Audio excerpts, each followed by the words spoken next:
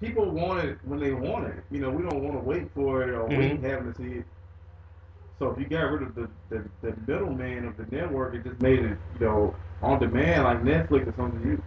Mm-hmm.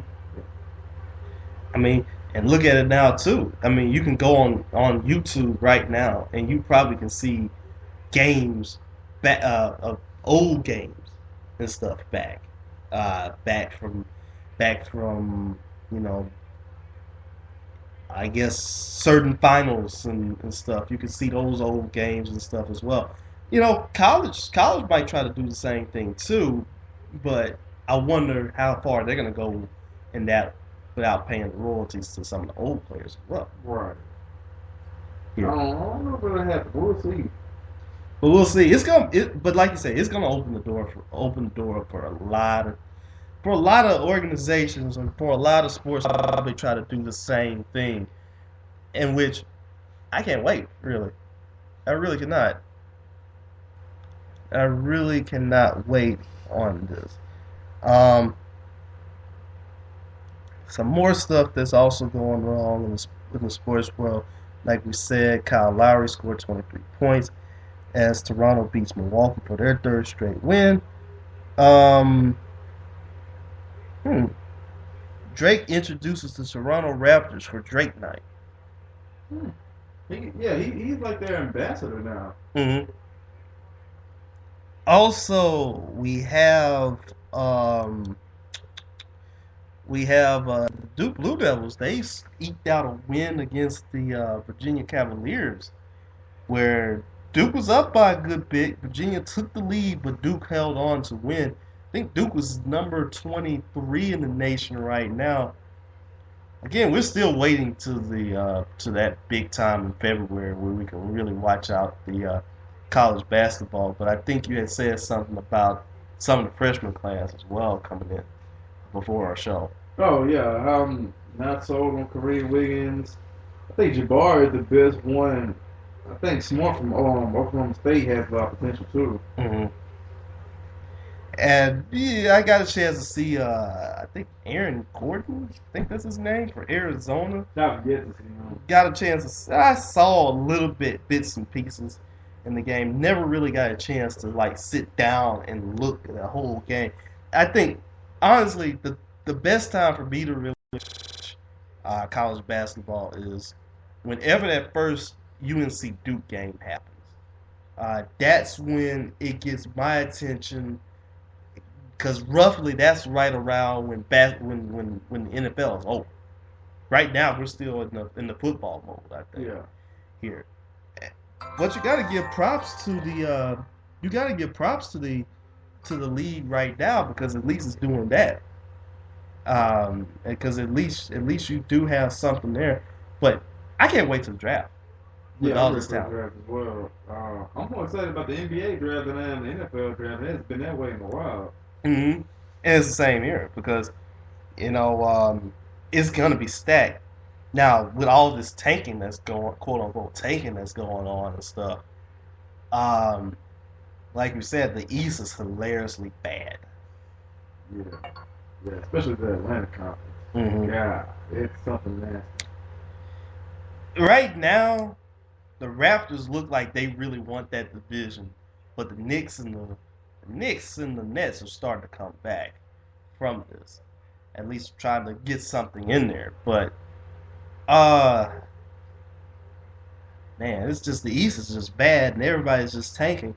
But I think I read something on Grantland or somewhere before where or ESPN and it's like, well, how come most of the East teams, they're still doing bad. Most of them are in the lottery here, but how come they still cannot get over the hump from the West Conference?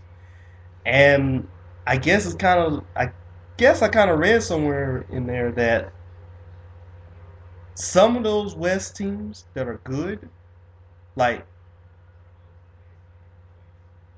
let's say this, 35 wins can possibly get you to playoffs in the East. Yeah.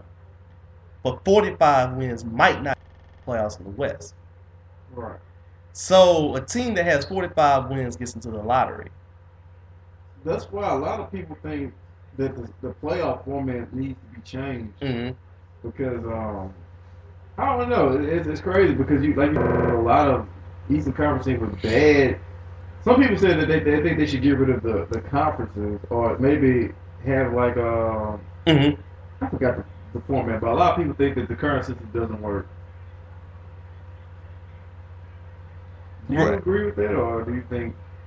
The more I look into this, the more I see what y'all saying now, because I looked at it as far as the top heavy parts of trying to keep these teams in there.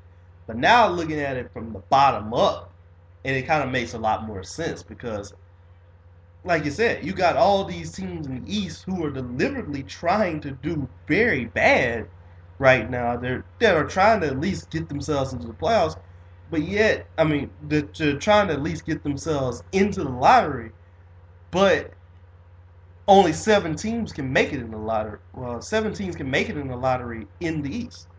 So that means the team that's unlucky enough and that tanks less, guess where they wind up? Getting beat by the Pacers and getting swept by the Pacers. Right. So, or the Heat. So it's not going to be a pretty sight for them because now, guess what? You didn't do bad enough. You did good enough to put yourself in the playoffs, but yet again, you still have no chance. Right. None whatsoever. And then in the East, in the West, where I feel like that most of the teams aren't really tanking that much, where you got actually some squads that are trying to make it to the playoffs. Well, remember that Golden State squad that had 48 wins? Yeah. I think in 2008? And they still did not make it to the playoffs. Now just think here, of course it is a 14th pick in the draft, but in a draft class that is deep as this, the 14th pick can really be that. It could be a big guy, that game changer. Yeah, it could be a huge piece. Mm-hmm. So I mean, I don't know. It's weird how that goes. Something needs to be done to stop tanking. Maybe we'll see something done to where it can keep the integrity of a team's schedule intact. Something changed.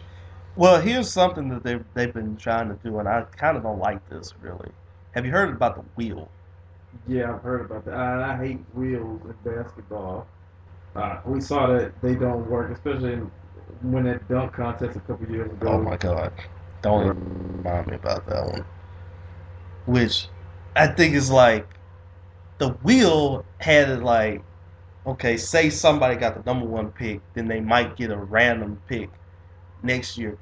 Well, there's a lot of problems that go along with that. What if this is your year that you have the number 1 pick and you win the championship? Think about that. I don't know. Yeah, I don't agree with that neither. I don't like that idea.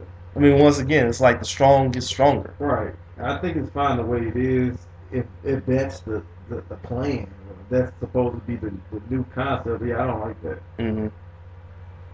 So, yeah, there's that. Going into that, I think also we had mentioned we failed to mention something too, and about the Detroit job. I think they're still the only team that does not have a head coach. Yet they're thinking about talking to Jim Caldwell, who used to be with the Indianapolis Colts. You think Caldwell deserves another chance? He deserves another chance because, I mean, he was kind of like the interim guy in a way. I mean, he was done. He was offensive coordinator, wasn't he? At first, Yeah. And then he got the job, and they kept him because I guess he was in house. I think he deserves a chance to create his own legacy. Mm-hmm. Will he get that chance? I don't know. Like I said, there's not too many guys left, so I mean we'll see. But I think he deserves a chance definitely. And at least with this time, if he does get this job in Detroit, he doesn't have to worry about Peyton Manning. Or being compared to Tony Dungy, or being just people saying you're just there because you're in house, you're a bargain coach. So we'll see. But also something we failed to mention was Lane Kiffin becoming the new offensive coordinator of Alabama. What do you think about that? Wow. How does Lane Kiffin do it? Man, it's magical. I mean, I've never seen a guy fall up to different positions after being fired from these different spots too. I mean, USC, like the offensive coordinator, some coordinator at USC, then he goes to the Raiders, gets fired from there, then he gets the job at Tennessee, then decides to go to USC. He gets fired from there, and now you're at Bama. It is crazy. And I think they've also, either they're in talks of trying to get another guy, but I think, no, it's going to be a long shot, but they were thinking about trying to get Ed Orgeron as well. So, I think, you know what? This might be crazy enough to work, though. It might work because Bama's offense is a bit too conservative. Mm-hmm. And I think maybe that's why Kiffin was chosen. Maybe they decided to go ahead and step out. And then, he's not put in a position of where he has to do everything. Mm-hmm. He's just the offensive coordinator. Right. So maybe this will help him. It'll bring balance to his career.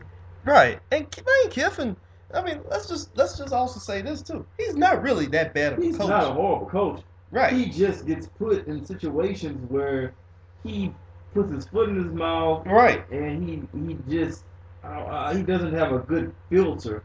And in Alabama, he's going to have a filter. Mm-hmm. He's going to have the best filter in Nick Saban. Oh yeah. I think he's going to. I think he'll do fine. I think it's okay. Right. I don't think it's that bad the way some people make it seem. Mm-hmm. Because he's not. There's a reason why he keeps getting these jobs. Exactly. I mean, let's also look at it too. Like when he was at USC, the year that they didn't. Well, of course they didn't go to the bowl game. He went 11-1 one of those years. Yeah. So, as crazy as it may seem, and as crazy as we may hate him or stuff, Lane Kiffin's not really that bad. No, he's not bad. He just puts his foot in his mouth. He's really not that bad. Also, some more stuff that's happening in the NFL. Let's see. Got a couple of running backs going to the draft. Trey Mason going to the draft. Also, Kadeem Carey from Arizona is going to the draft as well. Isn't Jordan Hill coming out? I think so, yes. Wow. That's crazy. Yeah, it's gonna be an interesting draft. A deeper draft than last year. Mm-hmm. So there's still that. Wow. This is interesting. The NFL might legalize medical marijuana for players. Yeah, I saw that to take away the situation of painkillers. Mm-hmm. Let's see. Then we also got the Josh Brent thing. Attorney says Cowboys Brent wasn't drunk when he crashed, and once again we're still trying to see what's going on with that. The NFL is trying to explore a new TV deal. What? How? What? A new network or a new? What is? What are the specifics? Well, this is from the New York Times. Once we can try to get the thing coming up, but the NFL is looking to sell 6 to 8 of the 13 games it carries Thursday nights on NFL Network to one of its existing broadcast or cable partners, CBS, Fox, NBC, or ESPN, or even TNT, which once carried the games. Fox Sports 1. They probably should. That might be a good idea too. If I was Fox Sports 1, I would try to jump myself in that case too. You got to try to do something, and I mean something, to make your network relevant. Which I think they've done a good job, but it's been kind of a little bit more of an aftermath now since it first came on. Wouldn't you say? Yeah, it's enough. It's just another sports network. I mean, people really don't see the difference. People don't even know the difference between that and Fox Sports Net. So it's just No. So yeah.